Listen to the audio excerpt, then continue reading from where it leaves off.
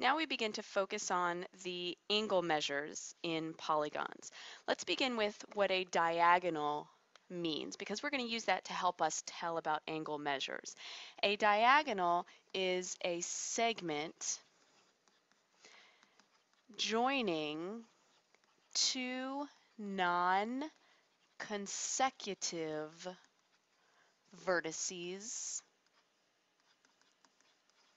of a polygon. What does non-consecutive mean? Well, consecutive means one right after the other, next to each other. Therefore, non-consecutive means not next to each other. So I want us to draw the diagonals of each polygon below from one vertex only. So we're going to draw a diagonal from one vertex only. Here is a vertex. Consecutive to this vertex would be this one. If I traced to this vertex, I would be tracing a side, not a diagonal. Here is a vertex not next to this other vertex. Therefore, if I trace from this vertex to this vertex, I am creating a diagonal because I am not going to the consecutive vertex, I'm going to the non-consecutive vertex. Now that's the only one that I can draw in this four-sided polygon, this quadrilateral, and that's all that I was asked to do from one vertex only. Then we determine the number of triangles created in each polygon. I see a triangle here, that's one. I see a triangle here, that's two. So this picture has two triangles. In this polygon, I will pick one vertex. I do not trace to here because that's a consecutive vertex. A diagonal goes to a non-consecutive vertex. Here's another non-consecutive vertex. Those are the only diagonals I can draw. I've created 1, 2, 3 triangles. Why am I asking how many triangles? Because we know more at this point about triangles than we do about other polygons. Let's go ahead and look at the next polygon. Pick a vertex. Trace a diagonal. I can trace a second diagonal. I can trace a third diagonal. How many triangles can I make here? 1, 2, 3, 4 triangles. And finally, the last example, pick a vertex, draw a diagonal, diagonal, diagonal, diagonal. This time I can create 1, 2, 3, 4, 5 triangles. Now our goal in this part of the lesson is to talk about the measures of the interior angles. We know about how many degrees a triangle's interior angles has, right? Every triangle, one triangle, its interior angles add up to 180 degrees. Let's go ahead and look at the table. We're going to come back to this picture, but I'm expecting that you will know by name each type of polygon according to the numbers of sides that it has. That's called classifying a polygon.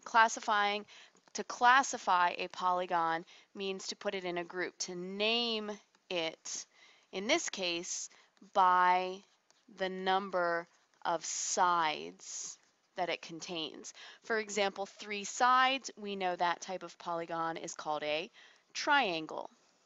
Please list the others and memorize those names. You will be expected to know them and know how to spell them. 4 sides is a quadrilateral. 4 for quad, lateral sides, quadrilateral. 5 sides, think of downtown, there's a building that's shaped like this, the pentagon. 6 sides is a hexagon. 7 sides is heptagon. 8 sides is octagon. Notice all of these are agon, agon, agon, agon. Please know that and spell it correctly. 9 sides is a nonagon. 10 decagon. Think of a decade as 10 years. Decagon is a 10-sided polygon. 11 sides can either be a hendecagon or undecagon. 12 sides is a dough for 2, decagon. So 2 sides added to a decagon, kind of like how 11 is hen decagon. Hen is a prefix for 1. Un is a prefix for 1. Anything bigger than 12, we really just name it by the number dash gon. So I'm going to say n for any number and then dash gon. That's how we name it for anything above 12. Now let's talk about the number of triangles, because that's going to help us know how to find the sum of the measures of the interior angles. A triangle, that's one triangle, its angles add up to 180 degrees. We know that. We've been spending a lot of time on triangles. And that's why I asked to split up on the previous slide these polygons into triangles. And just triangles, not as many as we can, but triangles whose interior angles, like this angle, and this angle, all still touch the sides and the vertices of the polygons. Then there's another triangle here, 1, 2, 3 angles. Well, how many degrees do these 3 angles add up to? 180 degrees. How many angles do these 3 angles add up to? 180 degrees. Why? Because they're triangles. All triangles' interior angles add up to 180 degrees.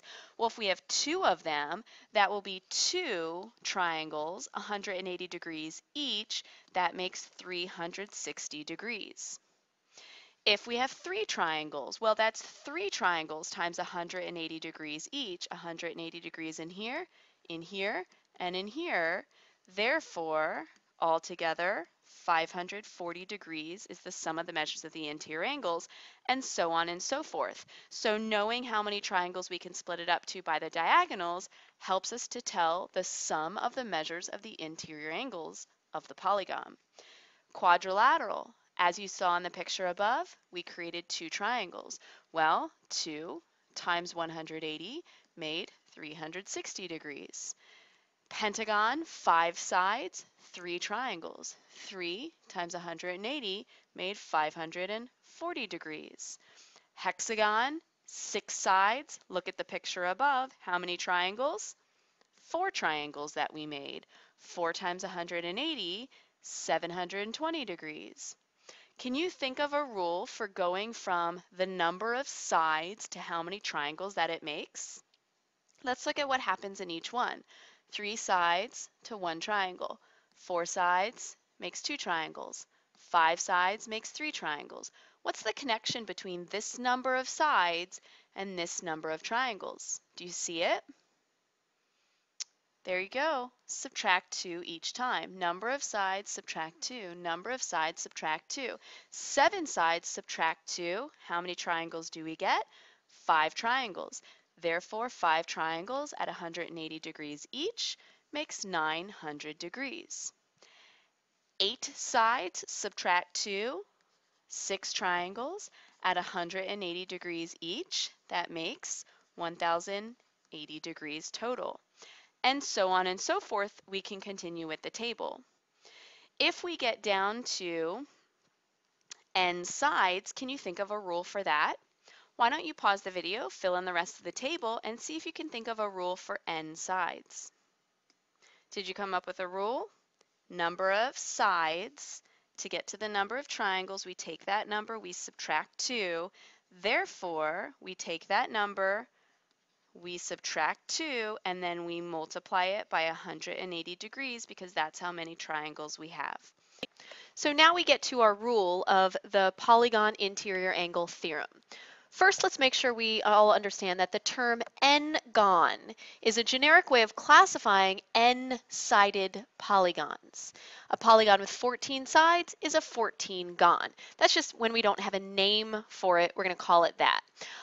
The polygon interior angle theorem, very useful for a lot of things that we need to do, especially finding angles in polygons and using that information. This theorem says that the sum of the measures of the interior angles of a convex n-gon is n minus 2 times 180. Memorize this. We're going to use this a lot. Let's apply it to these examples. Use the Polygon interior angle theorem to solve for x. Why are we using the Polygon interior angle theorem? Interior angles is what we have in this picture of a convex polygon. First, we have to figure out how many degrees all these angles are supposed to add up to. Now we did make a chart, but let's pretend we don't have the chart in front of us. This is the way we figure it out. N is the number of sides. N equals, well, I could count the sides, but the number of sides is the same as the number of angles, and sometimes it's easier to count the angles because I can put a dot at each angle as I count at each vertex. So 1, 2, 3, 4, 5. N equals 5. So I'm going to do 5 minus 2 times 180, or 3 times 180, and that makes 540. So I know that these angles all have to add up to 540. 540 is the sum. So I'm going to add them up. 2x, 5x, 5x. Add those up. Also, 90 and 90. Let's put that in a different column so we don't get confused. Adding up the constants, 180. Adding up the x's, 5, 10, 12. 12x plus 180 equals 540. Does this look familiar? We used to do this with triangles. Let's solve for x, subtracting because we need to subtract. 12x equals 360, dividing by 12, x is 30. Would you like to pause the video and try the next one on your own? So if you'd like to work with me here, let's start by counting the angles. 1, 2, 3, 4. 4 angles means 4 sides. So n equals 4, and our formula is 4 minus 2 times 180. 2 times 180 makes 360. So 360 is the sum. All these angles add up to 360. Let's line them up. X plus 4, 2x plus 1, 3x minus 2, and x. All the x's, 7x plus 3 equals our sum, 360. Now we're going to solve. Did you also get 51? Great. Let's look at another way we could be using the Polygon interior angle theorem. The sum of the measures of the interior angles of a convex polygon is given. Classify the polygon by the number of sides. Notice the words that I've highlighted here. We're given the sum. The sum that we're given in number 3 is 1,440 degrees. We have to work backwards this time. We don't know how many sides there are. The number of sides, n equals, I don't know. Well, remember our Polygon interior angle theorem.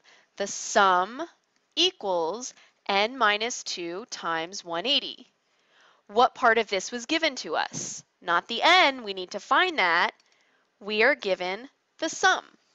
So we're going to take what the sum is and we're going to put it in there. 1,440 in this case. Let's go ahead and write that equation. 1,440 equals n minus 2 times 180. We have to solve for n. Think about how we can undo this. This is multiplied to 180, so we're going to divide by 180. So we get 8 equals n minus 2. How do we make the minus 2 go away? Plus 2. So ultimately we have 10 equals n. The number of sides is 10. Now, this is basically just using the formula backwards. So think about how we can just use the formula backwards. think of what it's like forwards and go backwards. We're subtracting 2 first, then we're multiplying by 180. So do those two things in the exact reverse order. We take the number they gave us, 1,440. Instead of multiplying by 180, we divide by 180. Instead of subtracting 2, we add 2. Just use the formula backwards. That's basically what we did here. Divide by 180, then we added 2. That still gives us 10, and therefore we know we have a decagon. And if we can name it, that's how we give our answer. A 10-sided polygon or a decagon. Let's look at number 4. Maybe you can pause the video and try it on your own. Hopefully, you're thinking, I like the way we did it, where we just thought of the formula backwards. So if the formula is minus 2 times 180, here's the formula backwards. Divide by 180, add 2. What did that make? 14. So what do we have? A 14-gon.